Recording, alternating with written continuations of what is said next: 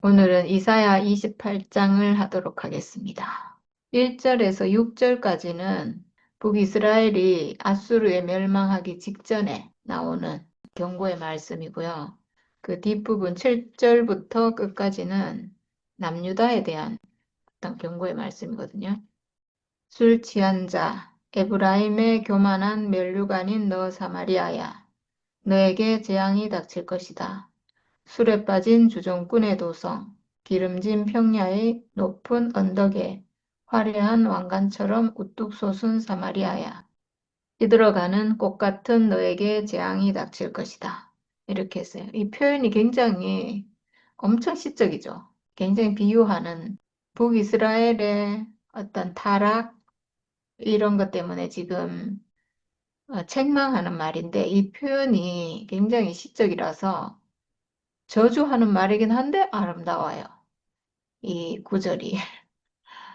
술 취한 자로 이렇게 비유를 했는데 이제 술이 취하면 정신이 제정신이 아니잖아요. 그렇게 북왕국 이스라엘이 굉장히 타락했죠. 그래서 술 취한 자라고 이렇게 했는데 영적으로 무감각하고 타락한 상태. 그러니까 술에 취하면 제정신이 아니잖아요. 자기 정신으로 살 수가 없는 거죠. 그러니까 제정신으로 하나님을 섬기고 이렇게 살아야 되는데 그렇게 살지 못하고 이방신을 섬기고 바알 섬기고 뭐 우상 숭배하고 이런 상태로 그리고 세상과 연합하고 이렇게 살았으니까 그걸 이제 술 취한 걸로 이렇게 표현하고 있고 에브라임의 교만한 면류관인 너 사마리아야 이렇게 써요. 그러니까 이 사마리아는 이스라엘의 수도인데 교만한 면류관이라고 이렇게 했어요. 그러니까 하나님이 그 솔로몬의 범죄 때문에 왕국을 나누긴 나눴지만 그래도 북왕국 이스라엘 남유다가 하나님 백성인 거예요. 나눠지긴 했지만 분열되긴 했지만 그래도 다 하나님 백성인 거죠. 그래서 하나님이 늘 지켜보고 있고 회개하고 돌아오면 하나님이 축복을 주고 이렇게 하실 건데 지금 이제 영 빗나간 길로 갔다는 거죠. 마치 우리 교회가 지금 나눠졌잖아요. 우리 한 교회가 뭐 얼마나 나눠진지 모르겠는데 우리나라에 있는 교회도 다 나눠지고 전 세계에 있는 교회도 다 나눠지고 막 이렇게 됐는데 그렇지만 나눠졌지만 다 하나님 백성이에요. 우리 교회는 다 하나님 백성 아닌 사람 없고 다 대구 교회예요. 사실은 그 사실은 변하지 않듯이 여기도 마찬가지예요. 북왕국도 여전히 하나님 백성인데 이제 이렇게 빗나갔다는 거죠. 그렇게 해서 너에게 재앙이 닥칠 것이다. 재앙이 닥칠 수밖에 없죠. 하나님은 하나님 백성이 빗나가면 그냥 두지 않잖아요. 징계를 하고 그리고 돌아올 수 있도록 이렇게 기회를 주시고 이렇게 하잖아요. 술에 빠진 주정꾼의 도성, 기름진 평야의 높은 언덕에 화려한 왕관처럼 우뚝 솟은 사마리아야. 시들어가는 꽃 같은 너에게 재앙이 닥칠 것이다. 이 사마리아가 기름진 평야 위에 언덕 위에 이렇게 지어졌대요. 그래서 화려한 왕관처럼 우뚝 솟은 사마리아야 이렇게 했어요. 근데 시들어가는 꽃 같다는 거죠. 너무 아름답고 화려해서 꽃 같긴 한데 하나님을 떠났기 때문에 이 시들어가는 꽃이 돼버린 거예요. 꽃이 핀 것은 열매가 돼야 되는데 열매로 가지 못하고 시들어 버리는 이렇게 돼버렸다는 거죠. 그래서 주께서 강하고 힘 있는 이를 보내신다. 그가 마치 쏟아지는 우박처럼 파괴하는 광풍처럼 거센 물결을 일으키는 폭풍우처럼 너를 잡아 땅에 쓰러뜨리실 것이다. 그래서 하나님이 아수르를 통해서 이 백성을 이제 징계하신다는 얘기거든요. 그가 마치 쏟아지는 우박처럼 파괴하는 광풍처럼 거센 물결을 일으키는 폭풍우처럼 이렇게 쳐들어올 거라는 거예요. 이렇게 아주 강하게 거세게 너를 잡아 땅에 쓰러뜨리실 것이다. 이렇게 해가지고 이 북이스라엘은 결국 BC 722년에 아수르에 의해서 완전히 멸망하고 완전히 포로로 잡혀가고 근데 거기서도 남은 자가 있다고 했죠. 근데 이 남은 자는 또 뭐 아수르가 이주 정책을 해가지고 혼혈이 되고 이렇게 해서 나중에 이제 사마리아 이러면 혼혈족을 의미하는 그래서 나중에 남유다도 포로로 잡혀갔다가 돌아오잖아요. 근데 남유다는 혼혈이 되지 않았거든요. 그래서 이제 사마리아인들을 무시하는 거예요. 이렇게 된 거죠. 술 취한 자 에브라임의 교만한 면류관인 너 사마리아야. 내가 짓밟힐 것이다. 기름진 평야의 제일 윗자리에 화려하게 피어있는 꽃과 같은 사마리아야. 시들어가는 꽃과 같은 사마리아야. 꽃과 같이 화려하게 피었는데 이제는 하나님을 떠나서 시들어가는 꽃이 되어버린 사마리아야. 너는 여름이 오기 전에 맨 먼저 익은 무화과와 같아서 사람들이 너를 보자마자 얼른 따먹는구나. 이렇게 했어요. 앞부분에는 꽃이라고 비유했고요. 화려하게 꽃으로 피었는데 이게 열매가 되지 못하고 시들어버린 것 같은 사마리아야. 이렇게 했고 뒷부분에는 열매에 비유하긴 했는데 무화과에 비유를 했어요. 여름이 오기 전에 맨 먼저 익은 무화과. 우리 밭에 무화과 나무를 몇 그루 심었거든요. 저는 무화과가 이렇게 잘 자라고 이렇게 열매가 잘 열리고 하는 거를 정말 처음 알았어요. 열매가 얼마나 많이 열리는지, 그리고 무화과는요, 병충해가 없어요. 무화과 열매 자체에 그 표면에 병충해를 방지하는 그런 물질이 딱 나온대요. 이 열매 표면에. 그래갖고 저는 내년 봄에는 무화과를 좀 많이 심으려고 그래요. 진짜. 왜냐면 우리는 약을 칠 수도 없고 해가지고, 아, 이 무화과가 참 괜찮겠구나. 그리고 열매가 얼마나 잘 달리는지 몰라요. 진짜 그래서 많이 재배해서 좀 말려가지고 언니도 좀 드리고 우리도 모여가지고 먹고 막 이렇게 좀 해야 되겠어요. 이게 제일 약도 안 쳐도 되고 잘 달리고 진짜 좋은 것 같아요. 여기 뭐 여름이 오기 전에 맨 먼저 익었다 이랬는데 무화과 다 열매가 열려갖고 막 자라다가 맨 먼저 익는 무화과 열매가 있어요. 얼마나 탐스러운지 몰라요. 진짜. 막 익는 걸 보고 있다가 한 개가 쫙 이렇게 벌어지면서 빨갛게 익으면 그걸 어떻게 안 따먹어요. 그래서 제일 먼저 이제 따먹게 되는데, 그래 여기 보니까 사람들이 너를 보자마자 얼른 따먹는구나. 이렇게 했어. 이제 열매에 비유했는데 가장 먼저 익은 것 같은 정말 그렇게 화려하고 풍요롭고 풍성하고 이런 나라였는데 사람들이 너를 보자마자 따먹었다. 이거는 아수르가 내려와서 바로 침략하고 점령하고 이랬다는 거예요. 그러니까 얼른 따먹었다는 것은 아주 신속하게 멸망했다는 얘기죠. 예, 그 다음에 이제 5절, 6절은 멸망 후의 얘기예요. 뒤에 보면 그날이 오면 이렇게 돼 있잖아요. 멸망의 날이 오고 다 멸망하고 나면 만군의 주께서 친히 주의 남은 백성에게 아름다운 면류관이 되시며 영화로운 왕관이 되실 것이다. 주께서는 재판관이 된 사람들에게 공평의 영을 주시고 용사들에게는 성읍 문으로 쳐들어온 적을 막는 용기를 주실 것이다. 이렇게 했어요. 그 뒷부분은 또 좀 특이하죠. 다 멸망했는데 근데 갑자기 또 그날이 오면 이 그날은 구원의 그날이에요. 이 심판이 있고 나면 그 적을 심판하는 거잖아요. 적을 심판하고 거역하는 어떤 생명을 심판하고 가짜를 심판하고 그러면 가짜는 완전히 멸망해요. 그러니까 거역하는 생명이 멸망하고 나면 아까 남은 자가 있다 그랬죠. 남은 자가 있어요. 우리도 하나님 앞에 우리 가짜가 다 심판되고 나면 남는 게 있어요. 정말 모든 것이 끝나면 육체밖에 남지 않아요. 거기서 육체가 발견돼야 진짜 자기가 끝난 거예요.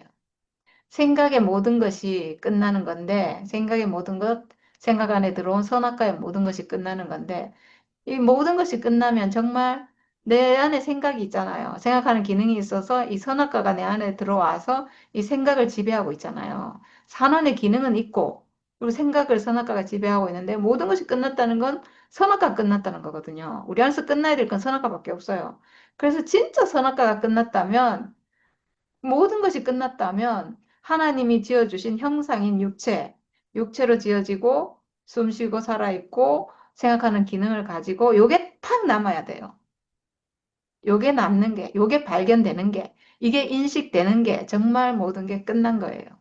만약에 이 육체, 하나님이 지어주신 이 육체, 산원의 기능을 가지고 있는 이 육체, 생명체, 리빙 소울이라고 하는 이건 실제 생각으로 아는 게 아니고, 그러니까 이 생각과 실제가요.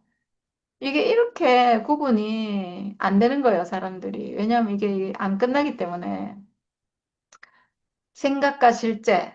정말 이 생각이 끝났다면 생각의 모든 것, 내 안에 들어온 선악과의 모든 것, 나를 지배하고 있던 선악과, 생각 안에 있는 선악과가 다 끝났다면 하나님의 형상만 딱 남는데 그거는 내가 생각으로 나는 하나님의 형상인 이 육체만 남았어. 나는 뭐 이게 아니에요. 이렇게 하는 게 아니고 실제 이거 살덩어리 이 육체 이게 발견이 돼야 돼요. 이것뿐이구나 이렇게 알아줘야 된다고. 이 실제가 발견돼야 돼요. 실제. 이 실제 이건 남아있구나. 난 살아있기 때문에 육체는 있구나. 이건 생각이 아니거든요. 이건 생각이 아니에요. 내가 생각으로 표현하고 있지만 이 실제를 말하고 있잖아요. 실제. 이게 발견되는 게 이게 비밀이에요. 선악과 끝나지 않으면 이 육체가 발견이 안 돼요. 육체 가지고 있으면서도 이게 하나님이 지으신 형상이라는 게 발견이 안 돼요. 이게 비밀이에요. 야, 참 기가 막혀요. 내가 육체 가진 거 다 알고 있고, 내가 죽으면 운명 가진 거 다 알고 있고, 다 아는 것 같은데, 왜 이게 이렇게 발견이 안 되는지, 이게 하나님이 지으신 형상이라는 게 왜 이렇게 발견이 안 되는지, 생각으로는 또 다 알거든요. 생각으로는 사람은 흙으로 지어져서 숨이 코에 붙어 있고, 뭐, 사는 기능을 가지고 있고, 생각하는 기능을 가지고 있고, 말 다 하는데, 이 실제가 안 보인다고, 이 실제. 정말 주여. 제가 이렇게 말해도요, 몰라요, 사실. 우리가 이렇게 제가 맨날 말할 때 이 육체를 만지면서 이 얼굴을 만지면서 제가 얘기하잖아요. 이렇게 하는 이유가 있어요. 이게 발견이 안 돼요, 사실은. 제가 알아요. 모른다는 걸 알아요. 아무리 말해도 모른다는 걸 알아요. 선악과에 속으면 생각에 속으면 생각으로는 다 뭐든지 다 아는데 이 실제가 발견이 안 돼요.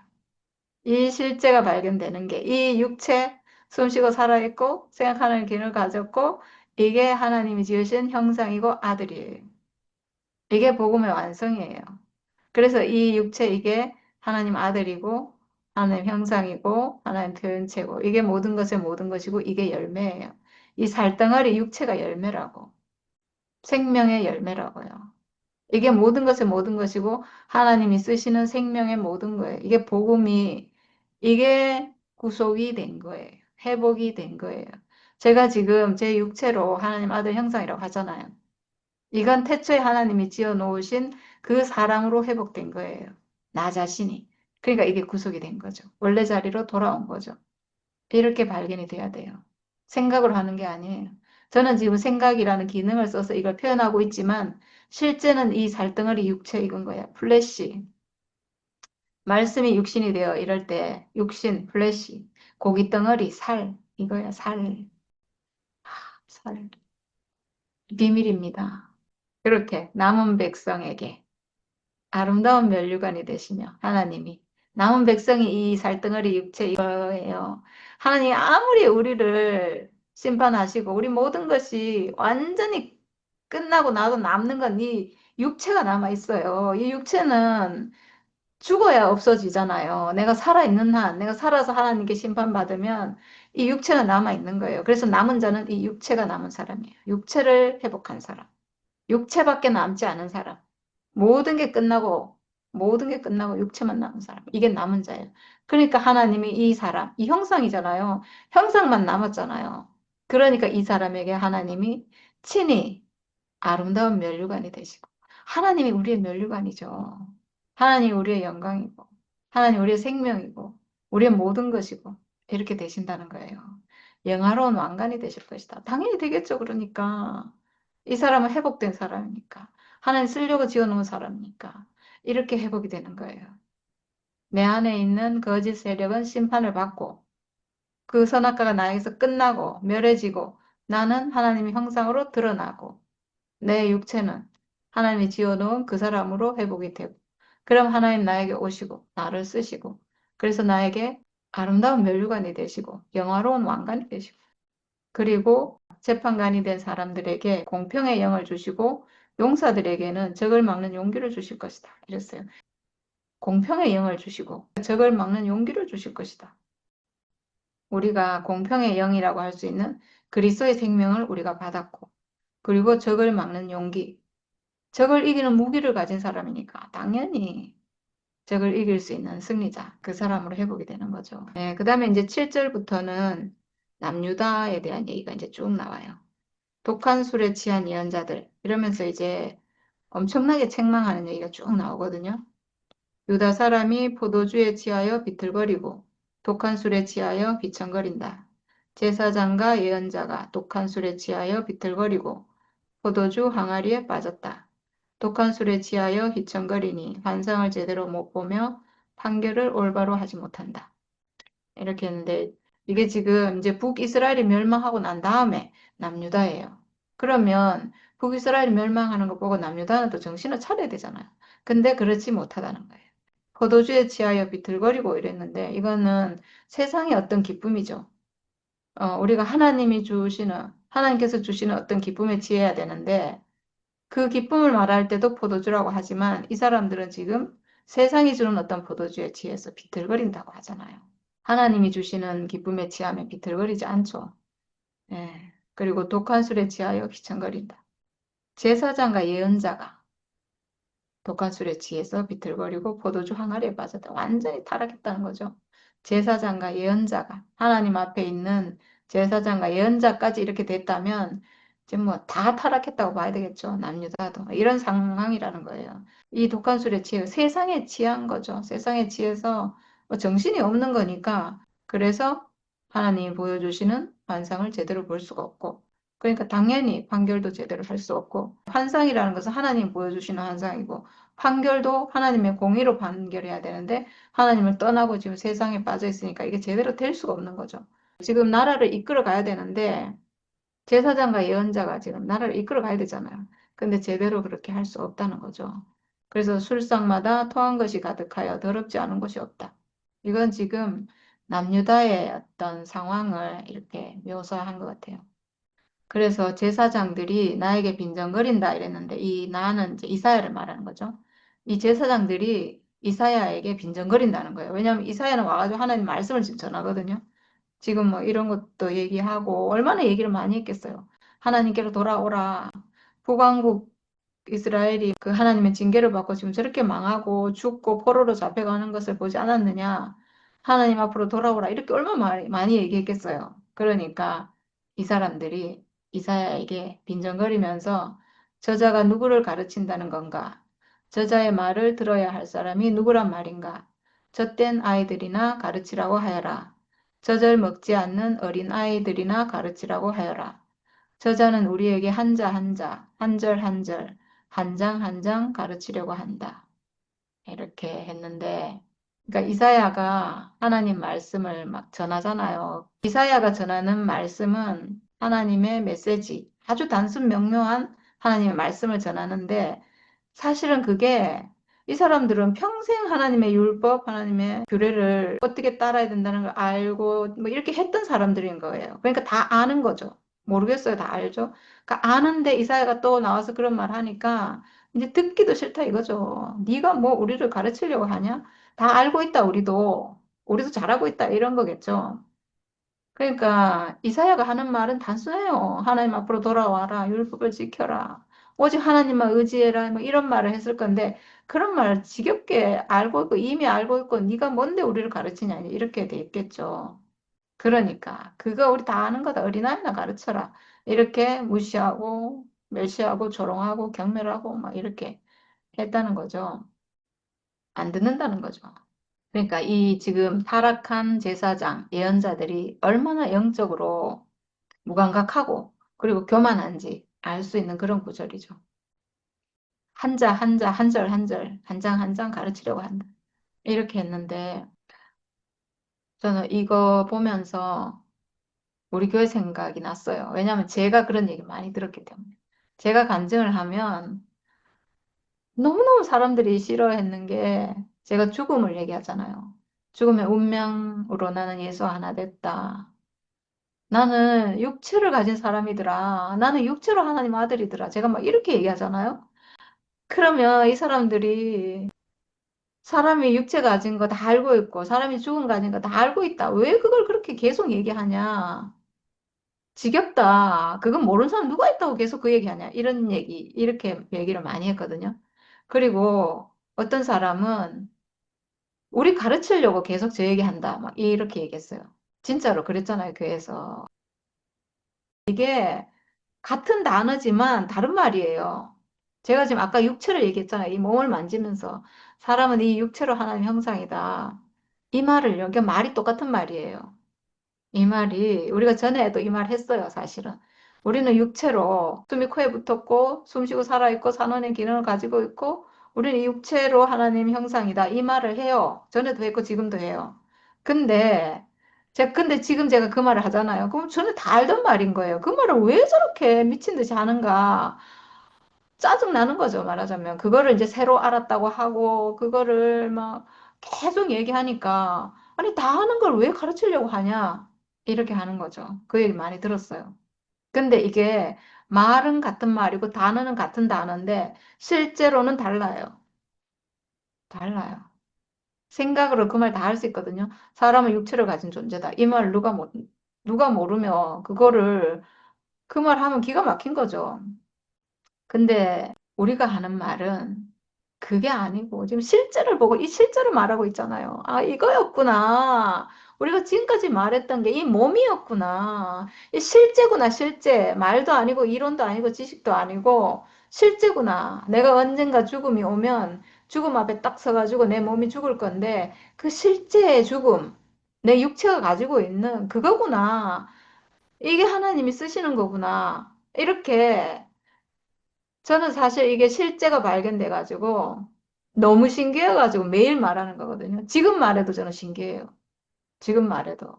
근데 이게 생각으로, 지식으로, 이론으로 하는 건 딱 한 번 말하면 끝이에요. 그 더 이상 할 말이 없어요.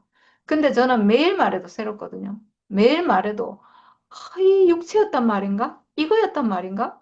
이게 전부란 말인가? 이게 하나님이 지어놓으신 산원이고 이걸 하나님이 쓰시고 이게 하나님 아들이라고? 날마다 신기해요. 그래서 제가 날마다 얘기하니까 이걸 듣는 사람은 미치려고 그러는 거죠. 뭘 저렇게 저걸 계속 얘기하고 저걸 가르치려고 하냐. 이렇게 하는 거예요. 이게요. 그래요. 비밀이에요, 비밀. 뭐라고 말할 수가 없다. 비밀이에요, 그냥. 그냥 눈을 뜨고 감고의 차이예요, 그냥. 눈을 뜨면 이게 날마다 신기해요, 그냥.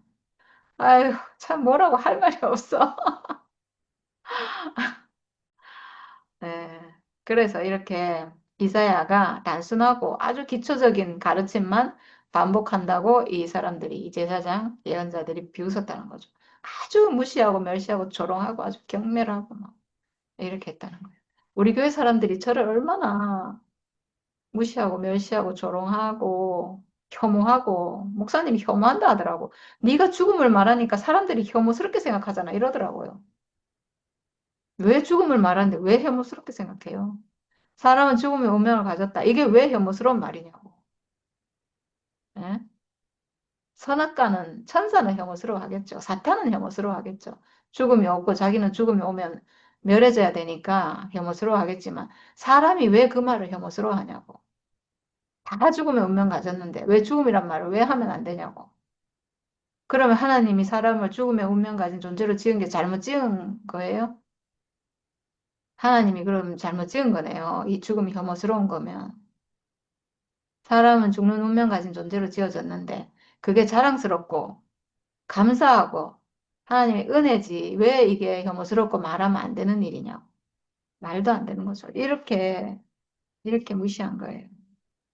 네. 죽음이 혐오스러운 거면 이 죽음을 지어놓은 하나님도 혐오스러운 하나님이 되죠. 예, 여기 지금 제사장 예언자들이 한 말과 똑같은 말을 우리 교회에서 했고 목사님도 했고 그랬죠. 예. 짜겠어요, 근데. 우리는 알잖아요. 왜 그런지 알고 그럴 수밖에 없다는 거 알고 안 보이니까. 이 실제가 안 보이니까. 우리는 눈을 뜨고 보이니까 이걸 말할 수밖에 없고 눈 감고 있으면 이게 안 보이니까 이 말이 너무 어리석은 말로 들리는 거죠. 어린아이한테나 얘기해라. 다 아는 말이다, 그거. 다 아는 말이 아니고요. 이건 생명이기 때문에 날마다 새롭고 날마다 신기한 거예요. 아무리 말해도 신기하고, 저는 말할 때마다 새롭고, 말할 때마다 신기하고, 그리고 누가 이 말을 하면 들을 때마다 신기하고, 들을 때마다 좋아요. 왜 그런지 모르겠어요. 진짜. 언제나 들어도 좋고, 자꾸 들어도 좋고, 또 들어도 좋아요. 그게 하나님의 창조의 비밀이고 신비로움이고 너무나 기가 막힌 정말 비밀이 숨어 있어서 들을 때마다 신기하거든요. 그래서 이렇게 하니까 그러므로 주께서는 알아듣지 못한 말씨와 다른 나라 말로 이 백성을 가르치실 것이다. 이렇게 했어요.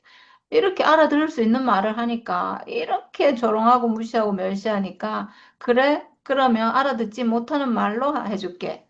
이렇게 해서 아수르를 끌어들인 거예요. 이방의 채찍으로 한번 당해봐라. 이렇게 하는 거죠. 알아듣는 말을 하니까 이렇게 무시하고 조롱하고 싫어한다고? 그럼 알아듣지 못하는 말로 한번 해볼게. 이렇게 하시는 거죠, 우리 하나님. 네. 그래서 이제 아수르가 쳐들어오게 됐고, 주께서 전에 백성에게 말씀하셨다. 이곳은 평안히 쉴 곳이다. 고달픈 사람들은 편히 쉬어라. 이곳은 평안히 쉴 곳이다. 그러나 그들은 들으려 하지 않았다. 네, 이렇게 하나님이 안식을 주셨다는 거죠. 이 사람들에게 평안히 쉬어라. 그냥 쉬면 된다. 누구든지 와서 편하게 쉬어라. 여기는 안식할 땅이다. 이렇게 아무리 해도 사람들이 듣지 않고, 그러니까 하나님께 순종하고 하나님을 의지하고 하나님을 따르면 그 대적과의 전쟁에서도 이기고 승승장구하고 문제가 없고 평안하고 안식하고 이렇게 되잖아요. 근데 지금 그렇게 하지 않고 뒤에 보면 그 이집트하고 동맹을 맺고 뭐 이렇게 그러니까 세상과 연합하고 그리고 어떤 세상의 군대를 의지하고 이렇게 이제 했다는 거예요. 하나님이 평안히 쉬어라고 했는데 그 안에서 쉬지 못하고 다른 걸 찾았다는 거죠. 이렇게 했다는 얘기를 하는 거예요, 지금.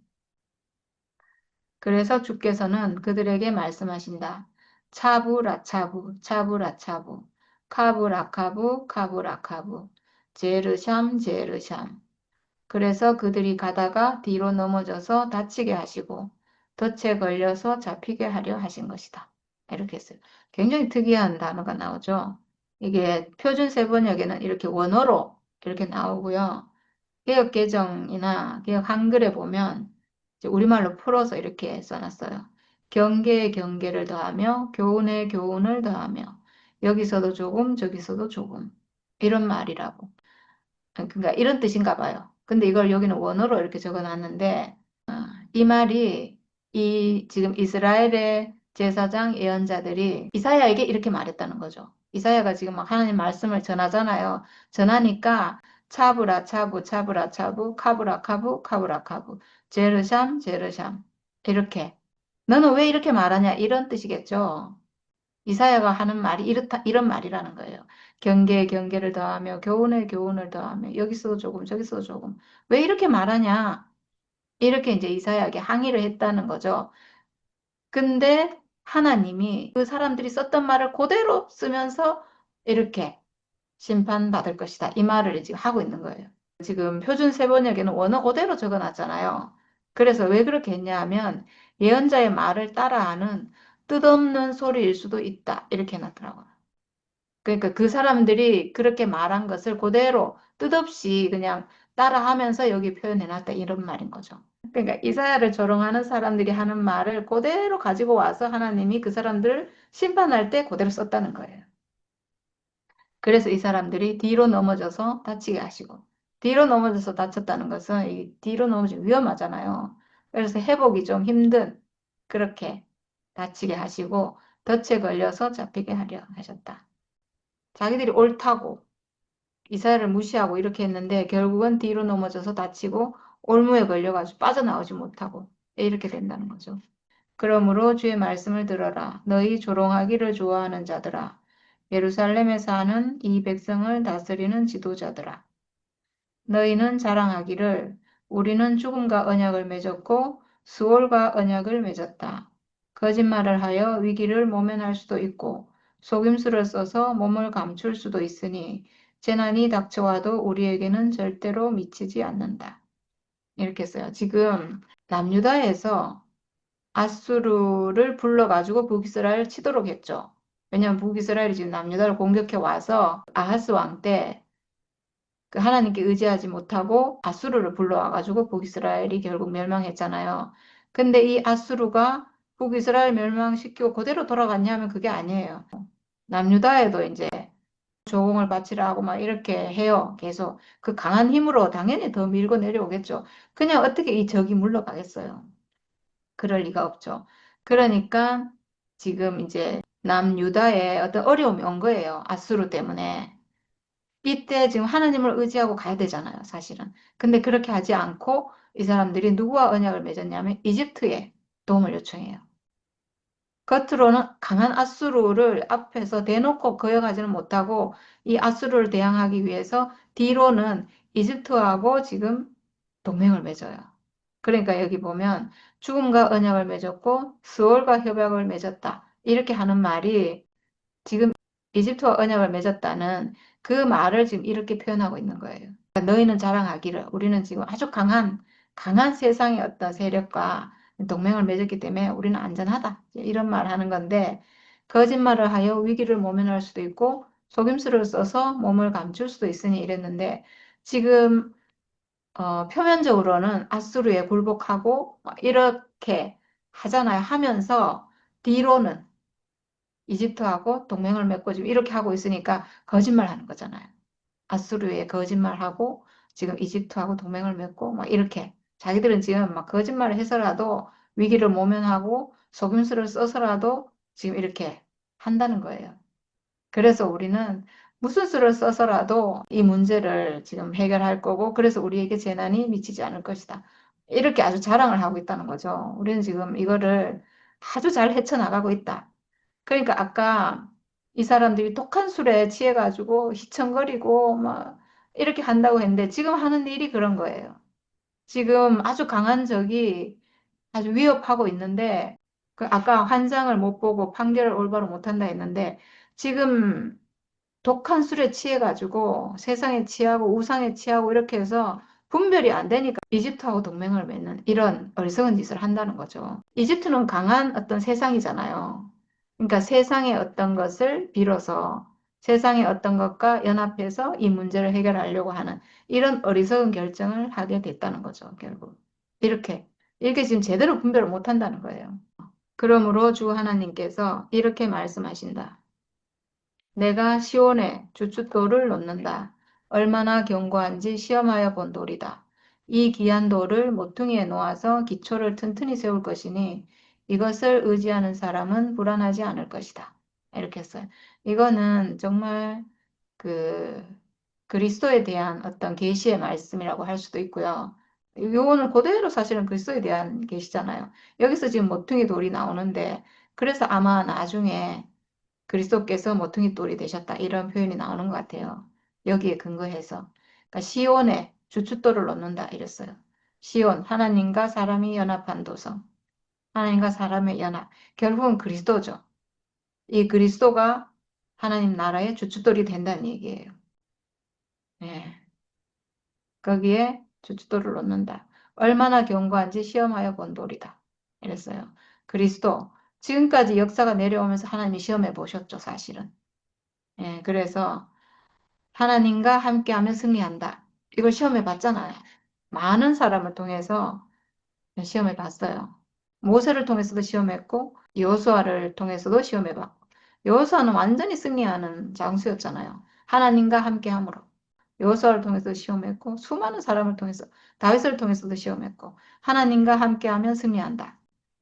그리스도가 하나님과 함께하면 승리하는 생명이잖아요. 이 귀한 돌을 모퉁이에 놓아서 기초를 튼튼히 세울 것이니 네, 이 돌, 그리스도, 하나님과 연합하는 사람. 결국은 예수 그리스도죠. 이 귀한 돌은 예수의 십자가, 하나님과 함께하는 사람, 하나님 아들, 승리자. 이 돌을 모퉁이에 놓아서 이게 이제 기초가 된다는 거예요. 하나님 나라의 기초로 딱 세운다는 거죠. 그래서 기초를 튼튼히 세울 것이니 이것을 의지하는 사람은 불안하지 않을 것이다.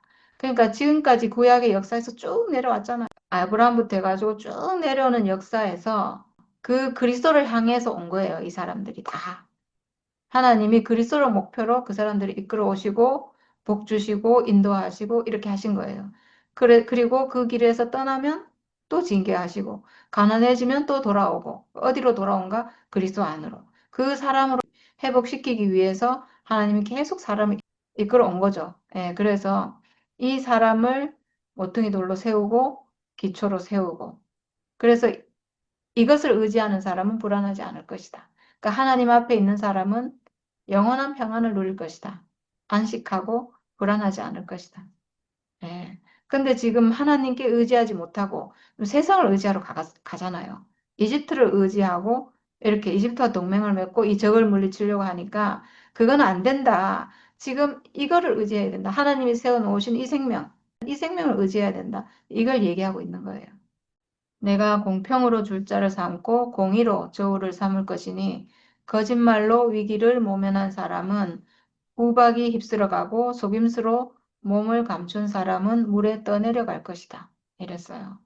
그러니까 공평과 공의라고 했는데 그리스도가 이런 분이죠. 공평은 어디에도 치우치지 않는다. 그러니까 그리스도의 생명은 어디에 치우치는 생명이 아니잖아요. 오직 하나님이 지어놓으신 그 사람의 자리에 딱 있는 사람. 하나님께 쓰여지는 사람. 그리고 공의로, 공평하고 의롭다. 이런 뜻인데 이 사람이 기준이라는 거예요. 이 사람으로 돌아와야 된다. 이 사람 안으로 돌아와야 된다. 그래야 승리한다. 그래야 이긴다. 하나님 통치가 이루어지는 사람. 이 사람이 대적과의 전쟁에서 승리하고 이 사람으로 하나님 뜻이 이루어지고 하나님 나라가 이루어진다. 이걸 지금 말하고 있는데 근데 거짓말로 위기를 모면한 사람. 그리고 속임수로 몸을 감춘 사람이라는데 아까 이 사람들이 죽음과 언약을 맺었고 수월과 협약을 맺었고 거짓말로 위기를 모면하고 속임수를 써서 몸을 감출 수 있다 이렇게 말했잖아요. 거기에 대해서 지금 이렇게 말씀하시는 거예요. 거짓말로 위기를 모면한 사람은 우박이 휩쓸어가고 속임수로 몸을 감춘 사람은 물에 떠내려갈 것이다. 이렇게 했어요. 겉으로는 아수르에 충성하는 척하면서 그 아수르를 대적하기 위해서 뒤로는 이집트하고 동맹을 맺고 이 될 수가 없는 일이잖아요. 이거는 하나님 앞에 이건 정의로운 게 아닌 거예요. 그래서 이런 사람은 우박이 휩쓸어가고 물에 떠내려갈 것이다. 이런데 이거 우박 그리고 많은 물 이건 하나님의 심판을 상징하는 그런 말이죠. 하나님의 심판 앞에서 이 사람은 살아남을 수가 없다. 이런 말이죠. 네. 그래서 죽음과 맺은 너희의 언약은 깨지고 수월과 맺은 너희의 협약은 파기될 것이다. 네, 이집트와 맺은 언약은 깨질 것이라는 거죠. 그거는 안 될 일이다. 그래서 결국 나중에 이집트가 배반하고 이 동맹을 깨고 뭐 하여튼 이렇게 하는 것 같아요. 재앙이 닥쳐올 때 너희가 그것을 피하지 못하고 꼼짝없이 당하고 말 것이다. 재난이 유행병처럼 퍼질 때 너희가 피하지 못할 것이다. 그 재난이 아침마다 너희를 치고 밤낮을 가리지 않고 너희를 엄습할 것이다. 이 말씀을 알아듣는 것이 오히려 두려움이 될 것이다. 너희는 마치 침대가 짧아서 다리를 펴지 못하는 것 같이 되고 이불이 작아서 몸을 덮지 못하는 것 같이 될 것이다. 이렇게 했는데 이거 참 표현이 재밌죠? 재밌어요. 침대에 누워서 이불을 덮고 이렇게 자는 시간은 가장 편안한 시간이거든요. 가장 휴식을 취하고 가장 안식하고 이런 시간인데 지금 이 사람들이 자기 이 어떤 아주 큰 문제가 닥쳐왔는데 그 문제를 해결하기 위해서 자기들 방법으로 어떤 인간적인 생각으로 대책이라고 지금 해놓은 게 지금 거짓말로 속이고 이집트와 동맹을 맺고 이렇게 한 일이잖아요. 이 문제를 해결하려고. 이렇게 한 일이 결국은 이런 일이라는 거예요. 침대가 짧아가지고 다리도 못 펴고 이불이 작아가지고 몸을 덮지도 못하고 이런 일이라는 거예요. 올바른 대책이 아니다 이거죠. 정말 내가 침대에 누워서 편안히 쉬고 이불도 충분히 길어서 내가 내 온몸을 덮고 이렇게 편안히 쉴 수 있는 것은 내가 하나님 앞으로 돌아갔을 때라는 거죠. 하나님과 내가 함께 할 때. 하나님을 의지할 때. 오직 하나님만이 우리에게 편안한 안식처가 되어 주실 수 있다는 거죠. 예, 그런 얘기를 이렇게 표현해 놓으니까 진짜 너무 표현이 재밌잖아요. 주께서는 계획하신 일, 그 신기한 일을 하시려고 불하심 산에서 싸우신 것처럼 싸우실 것이다. 작정하신 일, 그 신비한 일을 하시려고 기브온 골짜기에서 진노하신 것처럼 진노하실 것이다. 이렇게 이렇게 했는데 주께서 계획하신 일, 하나님이 불하심 산에서 싸우신 것처럼 싸우실 것이다. 이랬어요. 불하심 산에서 싸운 건 뭐냐 하면 다윗이 왕이 되고 나서 블레셋이 다윗 쳐들어와요. 그래서 다윗이 이게 어디 나오냐면 사무엘하 5장에 나오는데 그래서 다윗이 하나님께 여쭤봐요. 싸우러 가도 되겠습니까? 그러니까 하나님이 그래 나가서 싸워라. 이길 것이다. 이렇게 하시거든요. 그때 다윗이 이제 나가서 싸우고 그때 이제 하나님 도와주셔가지고 아주 대승을 거두는데 그래서 그곳을 여기 지금 브라심 산이라고 했잖아요. 다윗이 거기를 바알 브라심이라고 이름을 붙였어요.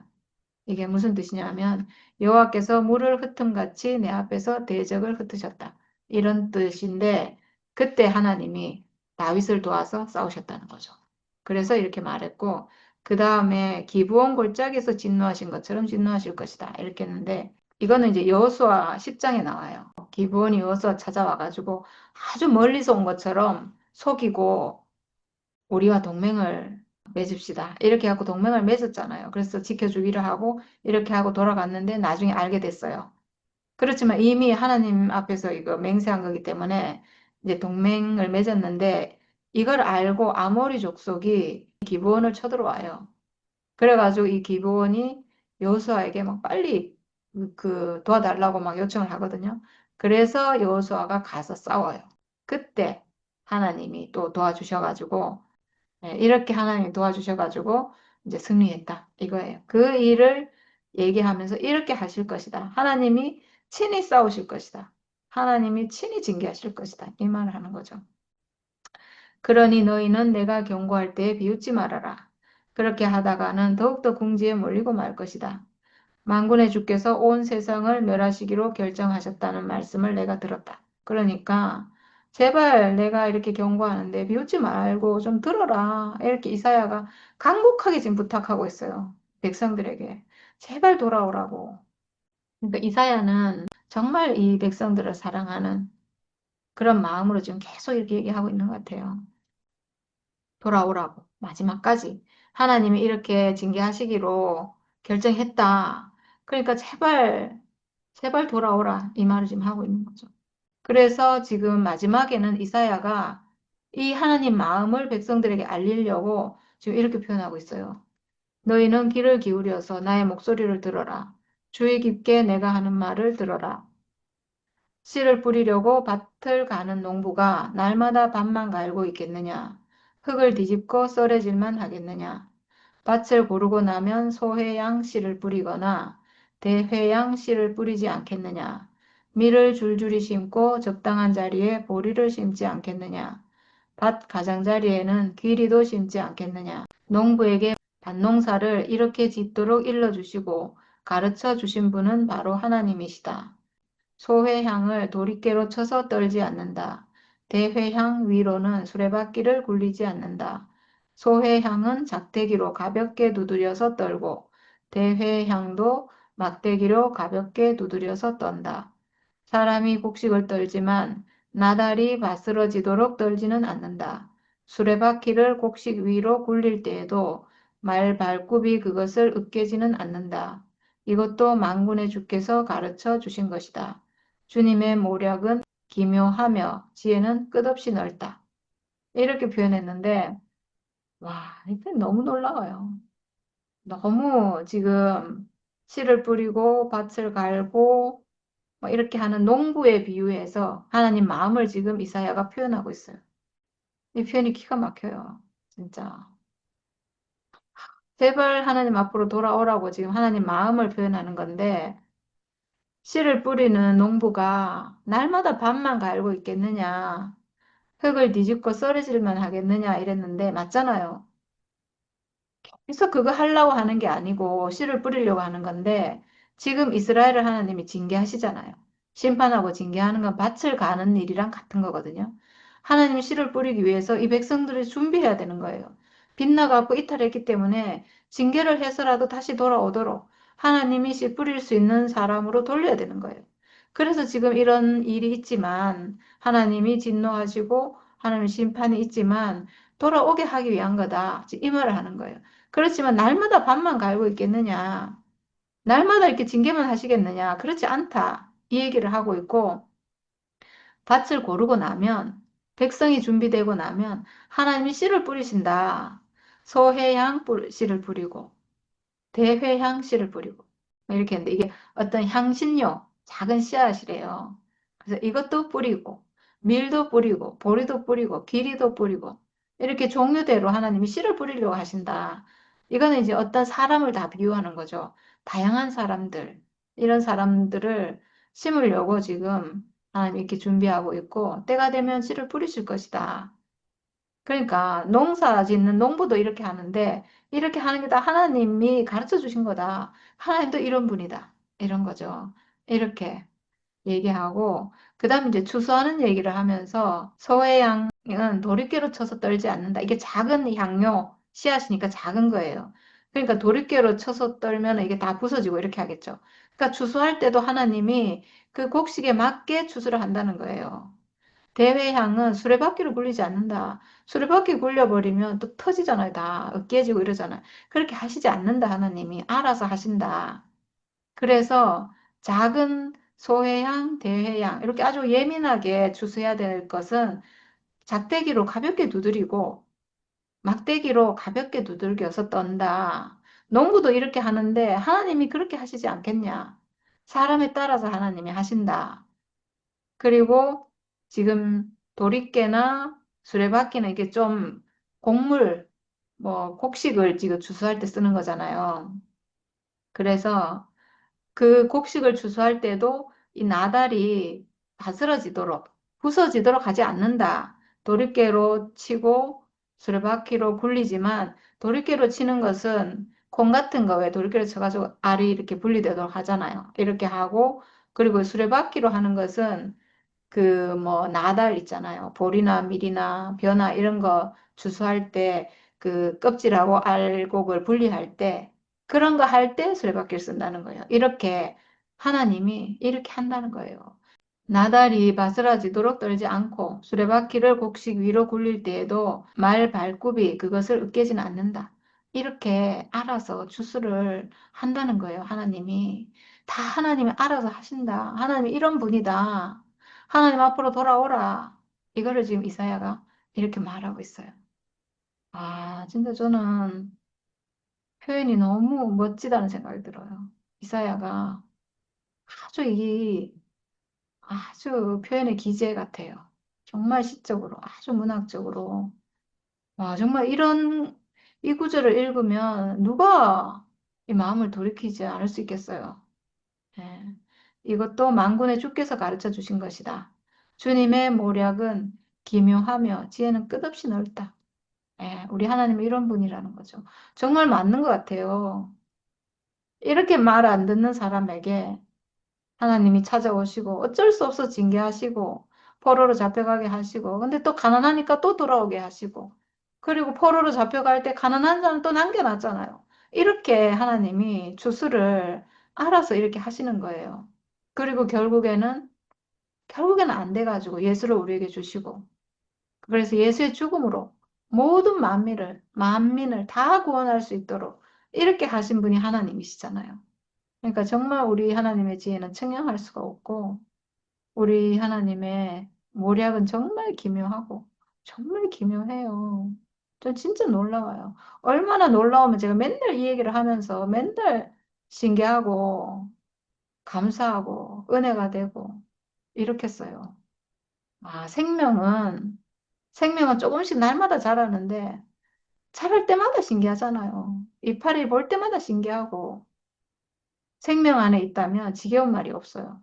정말. 우리 매일 똑같은 말을 하는데도 날마다 왜 이렇게 새로운지 생명이라서 그래요. 생명이라서. 살아있는 생명이라서. 사계절 내내 이 생명이 자라는 거 보면 날마다 신기하잖아요.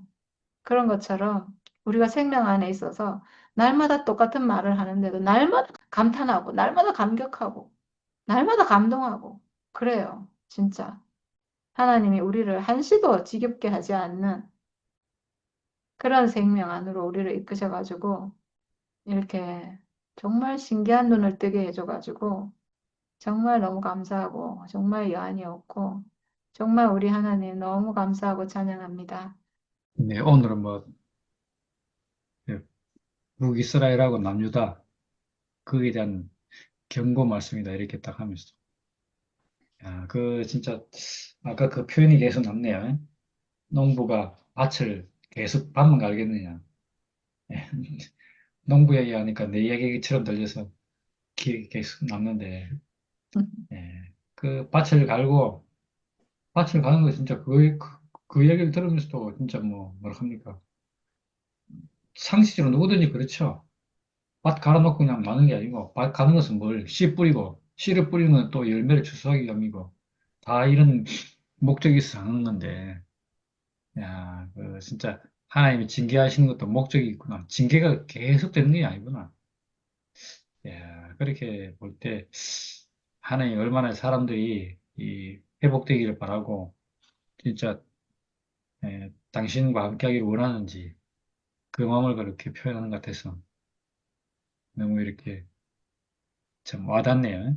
야, 근데 그럼에도 불구하고 그 이사의 그 말씀을 갖다가 경홀히 여기고 또 저에게 또 하네 또 반복하네 이렇게 들렸다는 것이 참 야, 이게 어쩌면 진짜 이렇게 너무 어쩌면 자기들이 아는 말로 자기들이 이제까지 해온 말로 그런 말로 들리기 때문인데 야, 근데 예수로 인해서 온 말은 야, 구약에서 했던 그런 말이 아니고 전혀 다른 것이었다.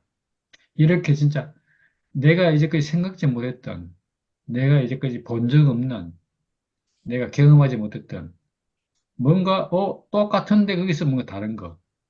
야, 이렇게 보는 그 눈이 그런 출발이 얼마나 중요한지. 야, 그러니까 지금 여기 있는 북이스라엘도 그렇고 남유다도 그렇고 지금 어쩌면 하나님을 떠나서 아까 얘기한 것처럼 세상 풍요로 따라가고 뭐 하나님 섬기는 게 아니고 우상을 섬기고 그렇게 되었음에도 불구하고 내가 우상을 섬기고 있구나. 하나님을 떠났구나. 이렇게 알지 못한다는 거. 음, 그러면 이런 사람에게 무슨 얘기 해요? 이게 거기에 눈이 떠이겠는가? 이게 이제 하나님의 관점이고 그런 관점으로 서지 않으면 진짜 말 그대로 복음이 오고 빛이 오고 뭐 이래도 어둠 속에 있으면서 어둠인지 모르는 것처럼 그렇게 사는 것 같아요. 근데. 특히나 적응해버리면 어둠에 적응해버리면 뭐 어쩔 수 없이 그냥 살고 있잖아요. 야, 그런 걸 볼 때, 야, 이 사람이라는 게 참, 이 사탄에게 잡혀 있으니까 잡혀 있는 줄 몰랐다. 어쩌면 그렇게 우리가 그렇게 사는 걸 생각해 볼 때, 야, 우리가 거기서 부름받아 나와서 이 새로운 세계를 안다는 것은 진짜 이게 축복 중의 축복이고, 알고 보면 이게 어렵기로는 엄청나게 어려운 거네요, 보니까. 와, 아까 보니까 뭐, 당장 아수로 침입 들어오니까 뭐, 그 분명히 이 사람들이 출애굽해 나온 백성인데 그 이야기를 알 건데도 불구하고 애굽에다가 손을 벌려 야 그것도 아까 보니까 뭐 거짓말하고 안 그런 척하고 속이고 이렇게 술수를 쓰는 것이 이게 타락한 사람의 특징이네요. 그러니까. 음, 다급하면 뭐 무슨 술 쓴다고 음, 그런 것처럼 우리가 그럴 사람들인데 야 하나님 하시는 일 지켜보자 하고 야 가만히 있는 것이 진짜 이게 쉬운 일이 아니네요. 그러니까. 야, 그래서 오늘 그렇게 하나님이 징계를 하시고 또 그거를 통해서 사람들이 이렇게 가난하게 되고 또 가난하고 이렇게 남을 것만 남아서 하나님께로 더 회복될 수 있는 그런 사람으로 지금 이끌려가고 있구나. 이걸 지금 이사야에게는 하나도 모르는데 지금 오늘 우리 시점에서 보니까 우리에게 닥친 이런 것들도 어쩌면 이렇게 새롭게 시작하기 위한 것이 아닌가. 야, 새롭게 시작한다. 새로운 것으로 회복. 야, 이런 것은 이제까지 내가 알고 있던 것, 내가 생각하는 것이 이게 옛 것이구나. 이것은 새로 끝나야 될 것이구나. 음, 이렇게 알지 않는 이상 참 어렵네요. 모든 것이 끝났다가 노래는 불러도 모든 것이 안 끝났어. 예. 그러니까 노래는 그렇게 부르면서 실제로는 끝나면 이럴 것이라고 상상하거나 끝났다고 착각하거나 또 자기 뭐라 합니까 이거 스스로 그렇게 합리화시키거든. 예, 그러고 만다는 거죠. 그러니까. 내가 아는 범위 내에서 끝난 거죠. 예, 우리가 그렇게 예, 살다 보니까 이게 뭐 하나님 아무리 얘기하셔도 예, 이 속이의 경일기 합니까?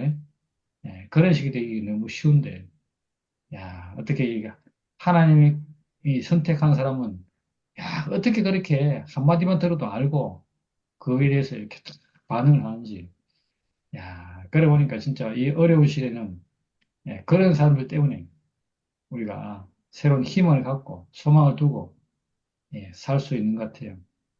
예, 오늘 그 얘기가 자꾸 이렇게 들리네요, 진짜. 아까 그런 얘기 했잖아요.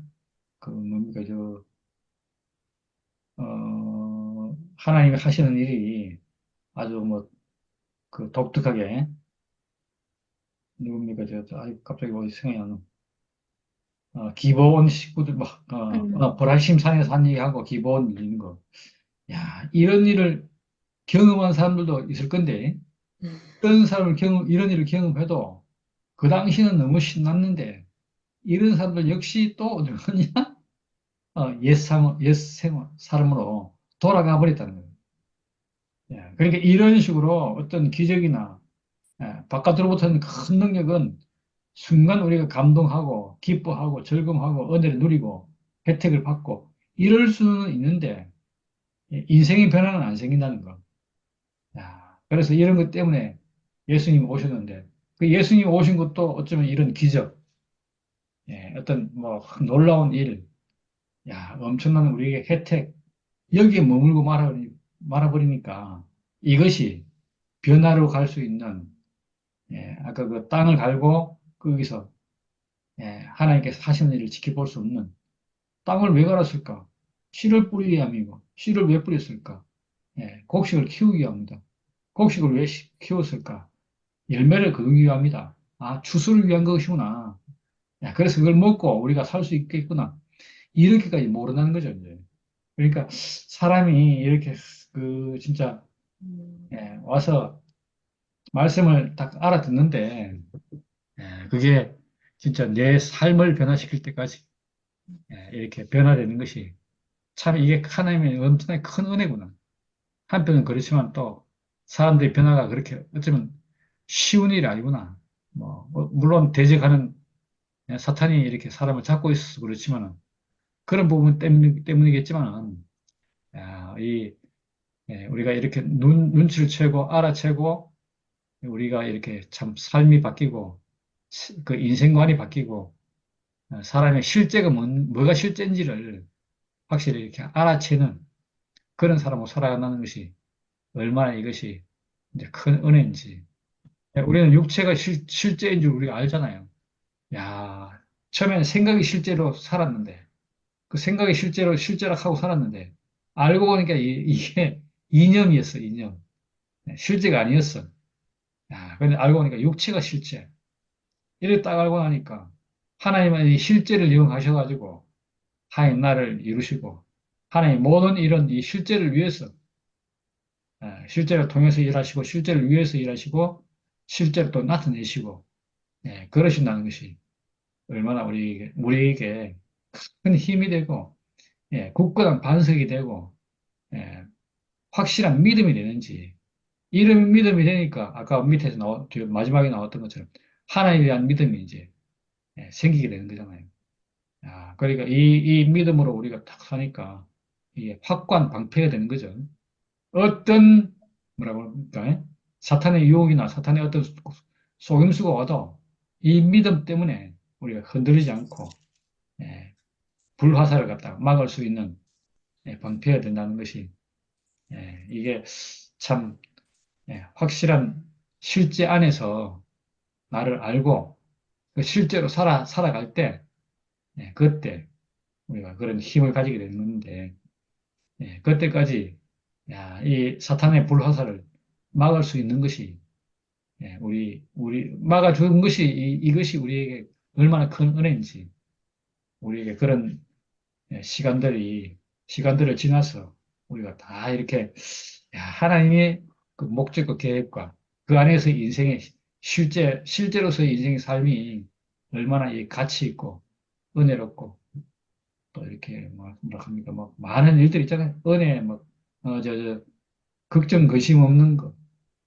네, 이런 것도 해가지고 많은 그 은혜를 누리면서 예, 하나님을 향한 믿음, 하나님이 어떻게 하실 거라는 그 믿음, 예, 이 믿음이 더 굳건하게 되는, 예, 그래야 이게 진짜 온전하게 되고, 그로 인해서 또 더 깊은 은혜를 알게 되고, 예, 이렇게 해서 얼마나 생명이 또 더 분명해지는지, 예, 그런 삶을 살도록 우리에게 예, 지금 이렇게 이 생명이 허락되었다는 것이 진짜, 예, 아까 뭐 감동했었는데, 예, 감동인지, 예, 우리가 그런 삶을 살도록, 예, 감동스러운 삶을 살도록, 예, 그래, 예, 하다 보니까 자꾸 얘기 길어지는 거야. 아, 감동이 되니까 길어지지, 뭐. 안 그러면 딱 그 뭐라 합니까? 정해진 글자만 딱 말하고, 정해진 말만 하고 말 건데, 예, 은혜를 자꾸 얘기하다 보니까, 그게 자꾸 샘솟아나니까, 말씀이 길어지고, 야, 매일매일이 신기하고, 야, 같은 말 해도 재미있고, 예, 그렇게, 예, 이런 모든 것이 주님의 은혜입니다. 감사합니다. 아멘. 이 북왕국과 음, 남유다 여기 처음 보니까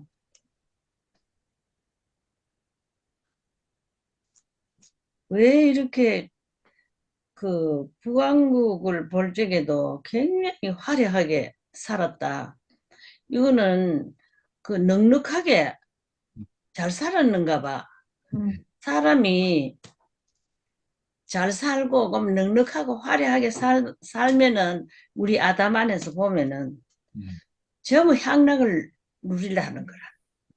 막 술을 먹고 뭐 취하고 막 그게 즐겁고 막 이러는 기라. 근데 북한국을 보니까 영хан 그거라. 음.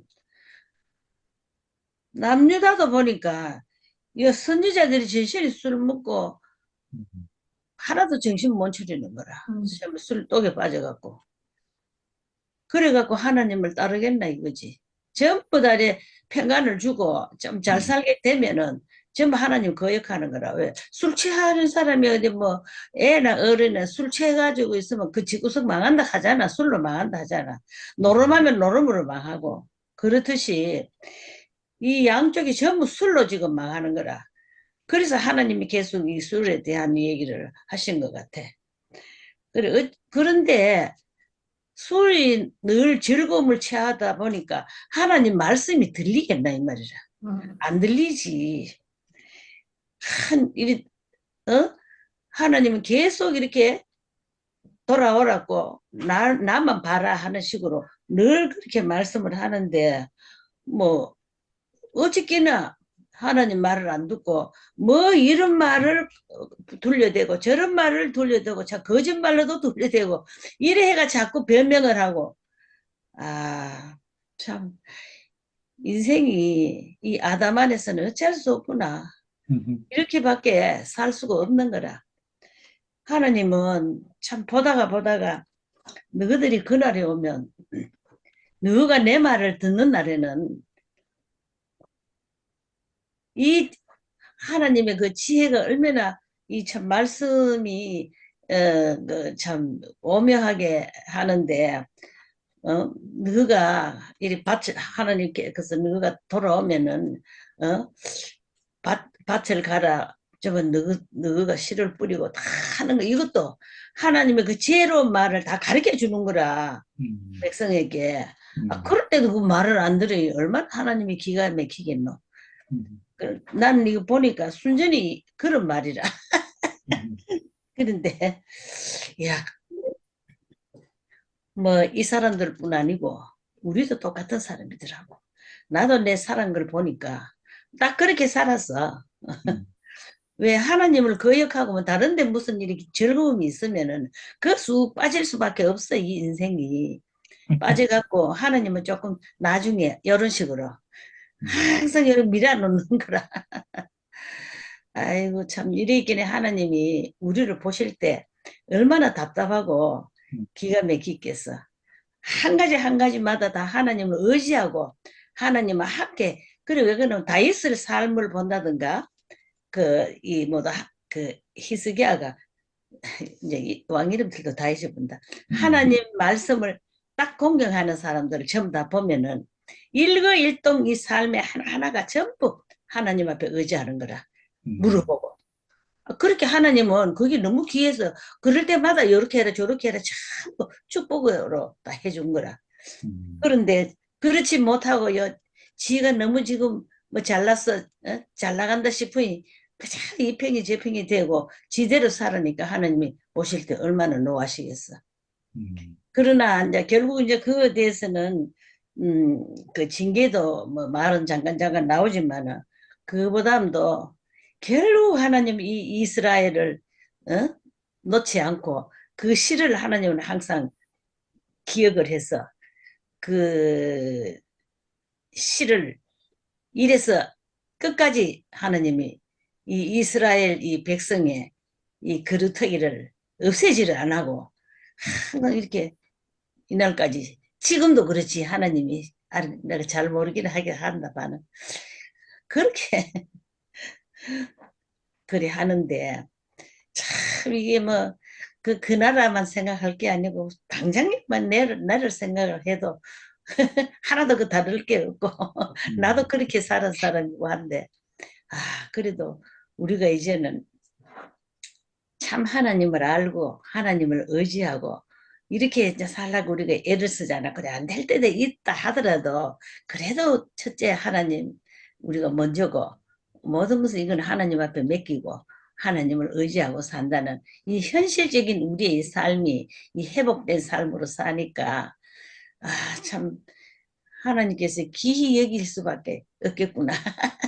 그런 음, 생각이 들고 우리는 또 하나님 앞에 너무 감사하고 이 은혜가 항상 음, 넘치는 은혜로 하나님 앞에 영광을 돌리면서 하나님을 찬송하고 우리가 음, 참 하나님 앞에 감사를 돌리는 이 생활이 된다는 게 이게 너무 귀하고 아멘. 그렇습니다. 아멘. 음, 아멘. 감사합니다. 우리가 참 아멘. 날마다 이래 어? 이참 구약 공부하는 것이 이게 참 너무 귀하네 진짜. 네. 아멘. 시작보다 음, 아, 얼마나 우리가 자꾸 뉘우치게 되고 네. 참 그런 기회가 많고 하나님이 어떻게 축복을 하시는가 이거를 일일이 다 해놨기 음, 때문에 또 음, 우리가 이거를 읽어보고 또 이렇게 돌이키고 우리가 늘 음, 하나님과 함께 살아야 그리 앞에 하나님을 잘 섬기고 사는 사람을 계속해야 말을 하는 거라 이 끝까지 음, 음, 다윗의 얘기 또 뭐 누구 얘기 이랬다 이랬다 하는 것을 딱 예를 들어서 말을 하면서 또 하나님 말씀이 나오잖아요. 이런데 음, 야, 참, 이 말씀으로 우리가 날마다 참 공부하고 이렇게 사는 것이 우리 음, 삶에 늘 참 피가 되고 살이 되고 하나님 앞에 감사를 드리고 이 사는 생활이 참 너무 귀합니다. 주님 아멘. 찬양합니다. 아멘. 진짜 귀하죠. 우리가 지금 3명 이렇게 모여서 하는데, 아유, 참. 이게 참 생명이 아니었으면요, 우리 벌써 끝났어요. 진짜 그렇지. 어떻게 해, 음, 이거를? 그렇지, 그렇지. 자, 우리 이렇게 해도 전혀 부족함이 없고 차고 넘치고 생명이 그냥 폭포수 같이 나오고 이러니까 우리가 이걸 하죠. 안 그러면 뭐 아멘. 무슨 재미로 하겠어? 음.